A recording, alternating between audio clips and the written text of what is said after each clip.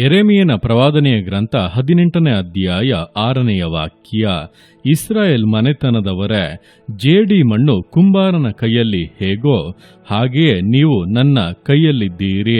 ಈ ವಾಕ್ಯದಲ್ಲಿ ದೇವರು ಯೆರೆಮೀಯನ ಮೂಲಕವಾಗಿ ಇಸ್ರಾಯೇಲ್ಯರ ವಿಷಯವಾಗಿ ತಿಳಿಸುತ್ತಾ ನುಡಿದಂಥ ಸಂಗತಿಗಳನ್ನ ವಿವರಿಸಲಾಗಿದೆ.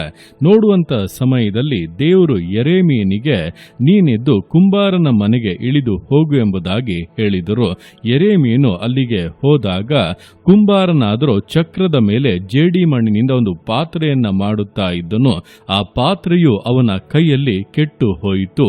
ಆಗ ಕುಂಬಾರನು ಪುನಃ ಅದೇ ಮಣ್ಣಿನಿಂದ ಹೊಸ ಪಾತ್ರೆಯನ್ನು ಮಾಡುವುದಕ್ಕೆ ಮುಂದಾದನು.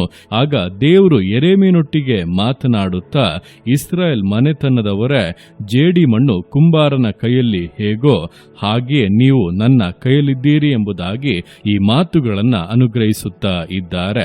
ಅಂದ್ರೆ ಕುಂಬಾರನ ಕೈಯಲ್ಲಿ ಜೇಡಿ ಮಣ್ಣು ಏನೇ ಆದರೂ ಕೂಡ ಅದಕ್ಕೆ ಪುನಃ ಒಂದು ಹೊಸ ರೂಪ, ಹೊಸ ಒಂದು ಉದ್ದೇಶ ಪ್ರಕಟವಾಗಿ ಅದು ರೂಪುಗೊಳ್ಳುವವರೆಗೂ ಕೂಡ ಕುಂಬಾರನು ಬಿಡದೆ ಯಾವ ರೀತಿಯಾಗಿ ಶ್ರಮ ಪಡುತ್ತಾನೋ, ಅದನ್ನು ಪರಿಪೂರ್ಣಗೊಳಿಸುವುದಕ್ಕೆ ಎಷ್ಟು ಮನಸ್ಸುಳ್ಳವನಾಗಿರುತ್ತಾನೋ ಅದೇ ರೀತಿಯಾಗಿಯೇ ದೇವರು ನಮ್ಮ ವಿಷಯದಲ್ಲಿ ಇದ್ದಾರೆ.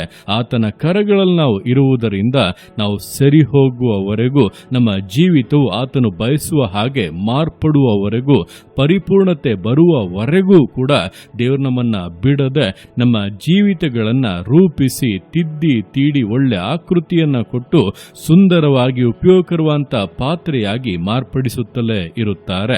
ಆದ್ದರಿಂದಲೇ ದೇವರ ಕೃಪೆ, ಆತನ ಪ್ರೀತಿ ಶಾಶ್ವತವಾದದ್ದು ಎಂಬುದಾಗಿ ಹೇಳುವುದು. ನಾವು ಏನೇ ತಪ್ಪುಗಳನ್ನ ಮಾಡಿದರೂ, ದೇವರಿಗೆ ವಿರೋಧವಾಗಿ ನಡೆದುಕೊಂಡರೂ, ಆತನಿಗೆ ದುಃಖವನ್ನುಂಟು ಮಾಡಿದರೂ ಕೂಡ ನಮ್ಮ ಜೀವಿತವನ್ನ ಸರಿಪಡಿಸಬೇಕು, ಅದನ್ನು ಮಾರ್ಪಡಿಸಿ ಉಪಯೋಗಕ್ಕೆ ಬರುವಂತ ಪಾತ್ರೆಯಾಗಿ ಬದಲಾಯಿಸಬೇಕು ಎಂಬುದರಲ್ಲಿಯೇ ದೇವರು ಯಾವಾಗಲೂ ಮನಸ್ಸಿಟ್ಟಿದ್ದಾರೆ. ಆದ್ದರಿಂದ ಅಂತಹ ದೇವರ ಪ್ರೀತಿಯ ಮುಂದೆ ನಿಮ್ಮ ಜೀವಿತವನ್ನ ಪೂರ್ಣವಾಗಿ ಸಮರ್ಪಿಸಿರಿ. ದೇವರೇ, ನಾನು ವಿರೋಧವಾಗಿ ನಡೆದುಕೊಂಡದ್ದು ನಿಜ, ಪಾಪಗಳಲ್ಲಿ ಮುಳುಗಿ ಲೋಕದ ವ್ಯಾಮೋಹಗಳಲ್ಲಿ ಮುಳುಗಿ ನಿನಗೆ ದುಃಖವನ್ನುಂಟು ಮಾಡಿದ್ದು ನಿಜ. ಆದರೆ ನನ್ನ ಜೀವಿತವನ್ನ ಪುನಃ ರೂಪಿಸುವುದಕ್ಕೂ, ಪುನಃ ಅದನ್ನ ಉಪಯೋಗಕರುವಂತ ಪಾತ್ರೆಯಾಗಿ ಬದಲಾಯಿಸುವುದಕ್ಕೂ ನೀವು ಮನಸ್ಸುಳ್ಳವರಾಗಿದ್ದೀರಾ. ನನ್ನ ಪೂರ್ಣವಾಗಿ ಒಪ್ಪಿಸಿಕೊಡುತ್ತೇನೆ. ನಿಮಗೆ ಇಷ್ಟ ಬಂದ ಹಾಗೆ, ನೀವು ಬಯಸುವ ಹಾಗೆ ನನ್ನನ್ನು ರೂಪಿಸಿ ನನ್ನ ಜೀವಿತವನ್ನ ಮಾರ್ಪಡಿಸಿ ಎಂಬುದಾಗಿ ಸಮರ್ಪಿಸುವುದಾದರೆ ಖಂಡಿತವಾಗಿ ಕುಂಬಾರನ ಕೈಯಲ್ಲಿ ಕೆಟ್ಟು ಹೋದಂತ ಪಾತ್ರೆಯು ಯಾವ ರೀತಿಯಾಗಿ ಪುನಃ ಒಂದು ಆಕಾರವನ್ನು ಪಡೆದು ಉಪಯೋಗಕರವಾಗಿ ಬದಲಾಯಿತು, ಅದೇ ರೀತಿಯಾಗಿ ದೇವರು ನಿಮ್ಮ ಜೀವಿತಗಳನ್ನು ಕೂಡ ಹೊಸ ರೂಪವನ್ನು ಕೊಟ್ಟು ಆಶೀರ್ವದಿಸಿ ಉಪಯೋಗಿಸುತ್ತಾರೆ. ದೇವರ ನಾಮವು ನಿಮ್ಮಲ್ಲಿ, ನಿಮ್ಮ ಮೂಲಕವಾಗಿ ಮಹಿಮೆಗೊಳ್ಳಲಿದೆ. ಆ ರೀತಿಯಾಗಿ ರೂಪಿಸಿ ಆಶೀರ್ವದಿಸಿ ಘನಪಡಿಸುವಂತ ದೇವರ ಕರಗಳಲ್ಲಿ ಪೂರ್ಣವಾಗಿ ಸಮರ್ಪಿಸಿ ವಿಧೇಯತೆಯಿಂದ, ದೃಢತೆಯಿಂದ, ಸಮರ್ಪಣೆಯಿಂದ ವಿಶ್ವಾಸ ಜೀವಿತಗಳನ್ನ ಮುನ್ನಡೆಸೋಣ. ದೇವರ ಕರಗಳಲ್ಲಿ ಸಮರ್ಪಿಸಿ ಪ್ರಾರ್ಥಿಸೋಣ. ಯೇಸುವೆ, ಸ್ತೋತ್ರ ರಾಜ, ಕೊಟ್ಟಂತ ಈ ದಿವಸಕ್ಕೋಸ್ಕರ ಸ್ತೋತ್ರ ಕರ್ತನೆ. ಈ ದಿವಸ ನಿನ್ನ ಕರಗಳಲ್ಲಿ ಸಮರ್ಪಿಸ್ತೇನೆ. ಪ್ರತಿಯೊಂದು ಜೀವಿತಗಳನ್ನು ನೀನು ಆಳ್ವಿಕೆ ಮಾಡು, ಬಲಪಡಿಸು ಕರ್ತನೆ. ಹೌದಪ್ಪ, ನಿನ್ನ ವಾಕ್ಯದ ಮೂಲಕ ನೀನು ನಮ್ಮೊಟ್ಟಿಗೆ ಸ್ಪಷ್ಟವಾಗಿ ಮಾತನಾಡಿದ್ದೀಯ. ಅಪ್ಪ, ಕುಂಬಾರನ ಕೈಯಲ್ಲಿ ಜೇಡಿ ಮಣ್ಣು ಹೇಗೋ ನಾವಪ್ಪ ನಿಮ್ಮ ಕೈಯಲ್ಲಿ ಹಾಗೆಯೇ ಇದ್ದೇವೆ.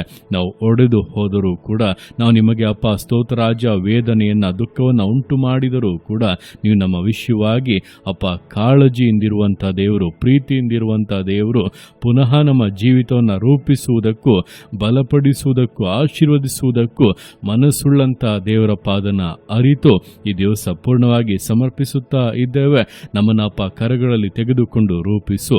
ವಿಶೇಷವಾಗಿ ಅಪ್ಪ ನಿನಗೆ ಉಪಯೋಗವಾಗುವಂತ, ನಿನಗೆ ಅಪ್ಪ ಸಂತೋಷವನ್ನುಂಟು ಮಾಡುವಂತ ಪಾತ್ರೆಗಳಾಗಿ ಬಳಸಿಕೋ ಕರ್ತನೆ. ಎಲ್ಲ ಕೊರತೆಗಳನ್ನು ನೀಗಿಸು. ಲೌಕಿಕವಾದ ವ್ಯಾಮೋಹಗಳು, ಪಾಪದ ಹೋರಾಟಗಳು, ಸೈತಾನ ಸಕಲ ಕುಯುಕ್ತಿಗಳು ನೀಗಿ ಹೋಗಲಿ. ಯೇಸುವಿನ ನಾಮದಲ್ಲಿ ಜೀವಿತಗಳಲ್ಲಿ ಜಯ ಉಂಟಾಗಲಿ. ಅಪ್ಪ ತಂದೆಯೇ, ನೀನು ಆತಗೆ ಮಾಡುವಂತ ನಿನ್ನ ಪ್ರೀತಿಗೋಸ್ಕರ, ಕೃಪೆಗೋಸ್ಕರಪ್ಪ ನಿನಗೆ ಸ್ತೋತ್ರಗಳು. ಪ್ರತಿಯೊಂದು ಜೀವಿತಗಳನ್ನಪ್ಪ ನಿನ್ನ ಕರಗಳಲ್ಲಿ ಸಮರ್ಪಿಸ್ತಾ ಇದ್ದೇನೆ. ಆಶೀರ್ವದಿಸು, ಮಾನಿಸು, ಘನಪಡಿಸು.